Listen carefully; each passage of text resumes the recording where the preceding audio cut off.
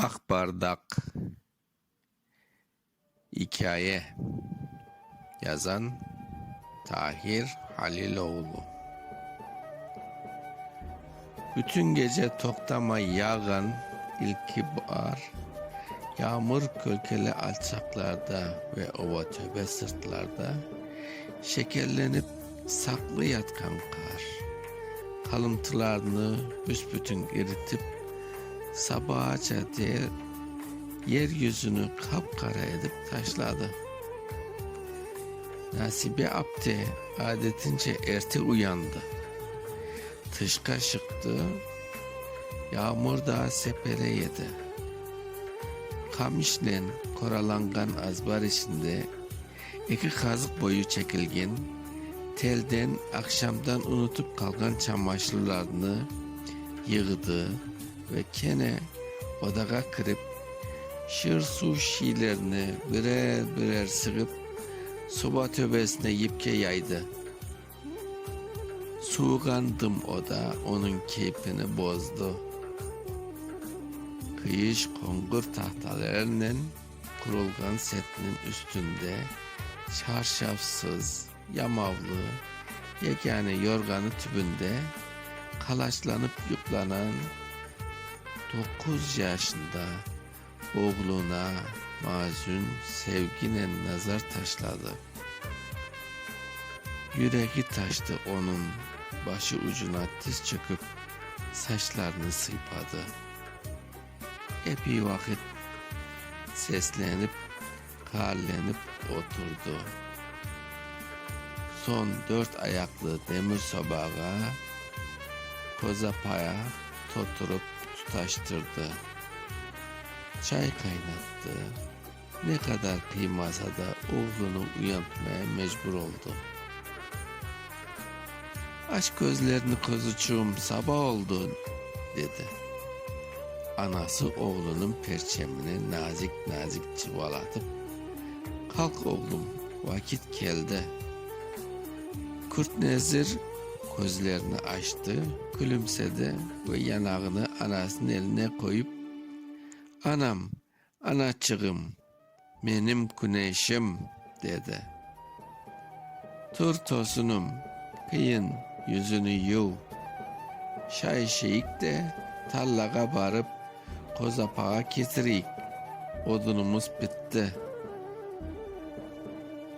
Ana, tüşümde bilesin mi kimni gördüm? Kimni canım, iyilik olsun. Babamны, sakalı özken, tap kokusuna kadar düşken. Düşün, bek yakşı, belgisiz kayıp olgan, sağ kalkan. Askerler hala da kaytıp keleler. İnşallah baban da sağdır dedi anası.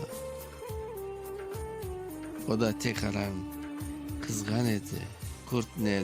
Kurt Nezir iştanını kölmegini anası tıkken, yelekni örgen, çoraplarını kıyıp büyük bol kaloşlarını sürüklep dışarı çıktı. Kora kazığına mıhlı savuttan betini yuvdu. Şu vakitte anası sıfra donattı. Ötmekke sarı may silip sıcak tatlı çayla sabahlık yemeklerini aşadılar. Babasını sıfra başında andılar. Sonra coşkun sevinç bekler bir alda ikisi de tarlaga gittiler. İnce, can sıkıcı yağmur hep sepelemekte. Ortalıkta daha yeşil görünmese de endi bari kelgeni belli olup tura. Sürük kıyık papiler havada kanatlanıp sızgırtıp uça. Özem boyunda aselet yerinin tuzunu su yumak için su koyulgan pamuk tarlalarında özlerine aşk kıdra ediler. Uzakta kararıp durgan zerdali bahçesinin üstü erilgan renkli ince ve yengil tumanla kaplı. Taze toprak, kokulu bahar havası, gökyüzü kafesini totura, o tap kan damarların cesine, gönlü hoş ete, coştura, olar sabah timin, kalgan çet sıralardaki kahverengi pamuk saplarını birer birer orakla orup aldılar.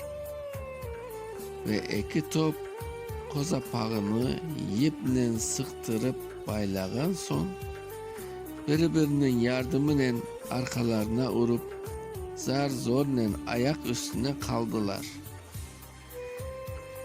Köyge az kalganda olar arık boyunda töpecikte ösken dut teregi tübünde az buçuk rahatlanmak istep toktaldılar.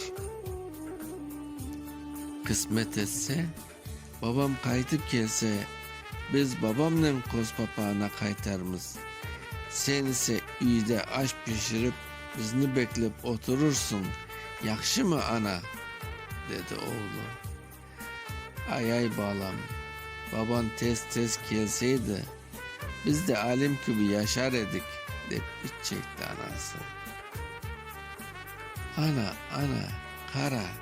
Bak ana, dedi Kurt Nezir ayretli davuşla. Ne o? Ak bardak, senin sevgin çiçeğin. Vay balam.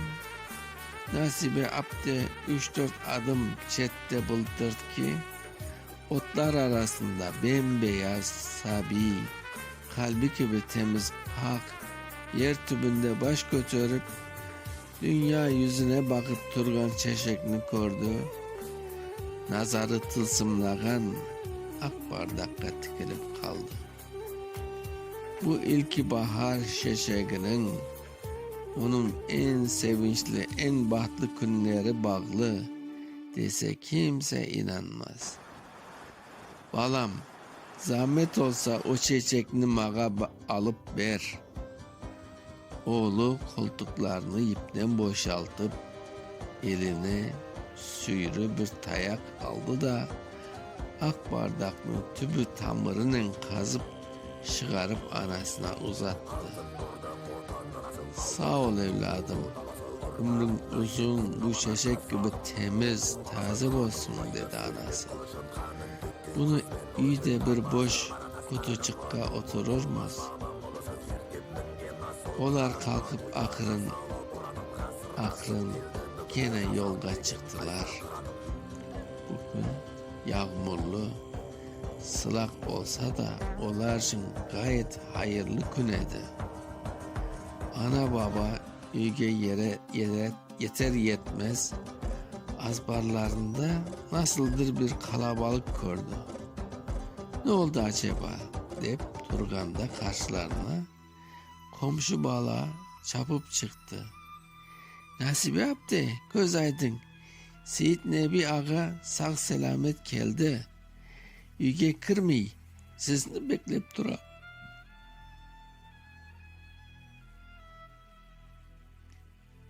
Ne diyorsun şu?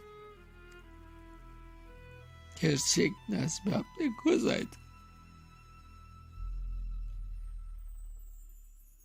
Nasibe abdi sırtındaki yükümen çalkasına avdarıldı ve bulutlu gökke bakıp ak bardak tutup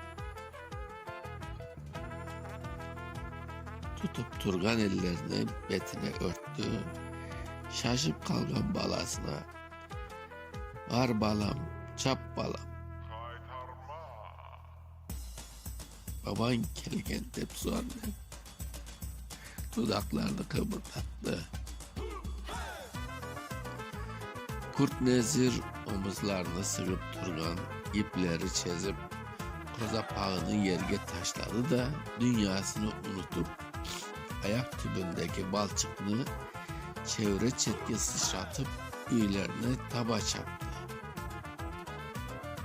Uzun boylu pilot kası tübünden gür simsiyah saçları göründüp Turgan bir akay elindeki şinelini çemodan üstüne taşlap köylüler arasına çıktı ve balığa karşı tez tez yürüdü.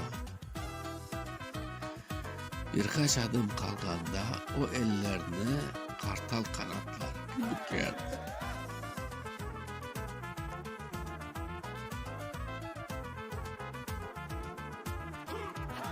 Çamur üstüne diz çöktü, yanıp pişip çapıp gelgen oğlun kucaklap bağrına bastı. Oğlum, benim oğlum. Kurt Nezir tavşan gibi kaldırıp babasının boynuna sarıldı. Onun iri sıcak gözyaşlarını gözün çenesinde hissetti. Babam, geldim babam.